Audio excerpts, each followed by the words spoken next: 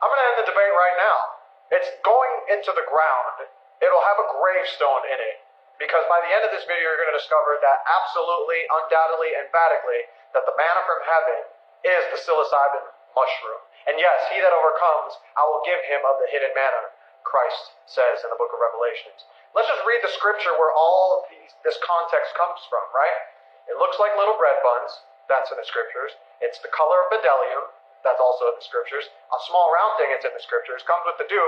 That resembles mycelium. That's in the scriptures. Hoarfrost and as coriander seed. And it happens to look like bread as well. Let's get more proof. Yup. Looks like bread to me.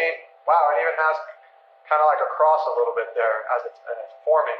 But that absolutely looks like a small round thing, and it looks like bread. If that doesn't look like bread to you, then there's something wrong with you. I know there's nothing wrong with you because you wouldn't be watching this video. Why am I making this video? Because the reason why psilocybin mushrooms and dimethyltryptamine has been scheduled as Schedule 1 drugs is not because they're dangerous to you, not because a loving government cares that you're going to jump out of a two-story building, but rather that it changes opinion structures. What you thought you knew about the world is going to be dead wrong as a result of consuming these holy sacraments. And little did you know that they're a part of the Israelite covenant. You're meant to keep manna in a omer for all generations. All Israelites are supposed to be consuming this, right? Sirach 38 and 6. Yahweh made medicines out of the earth. He that is wise will not abhor them. Now, the real reason why they're illegal is because they're a military sacrament. In other words, they help Israel wage war on their enemies.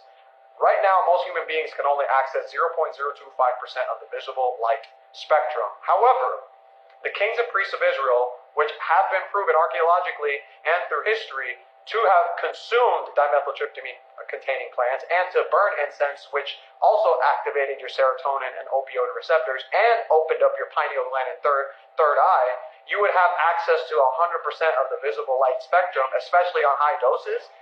In addition to making a covenant with the Most High God, the Most High God could use you as a battle axe and weapon of war. And that's exactly why in the book of Leviticus 26 and 8, 5 of you shall chase 100, and 100 of you shall put 10,000 to death, and your enemies shall fall before you by the sword. And yes, the Levitical priesthood was on dimethyltryptamine as they executed war on all the other nations and executed justice and judgment within their own people, right? But actually, the real reason why it's illegal, check this out. The moment that the nations realize that manna from heaven is the psilocybin mushrooms, all the other nations unite and start worshiping the God of Israel. And all the barriers and the walls of partition that separated the nations will completely erase, and they're going to go into the kingdom gates and have access to the tree of life. That's exactly why psilocybin medicine is illegal in the United States and in most of the world today.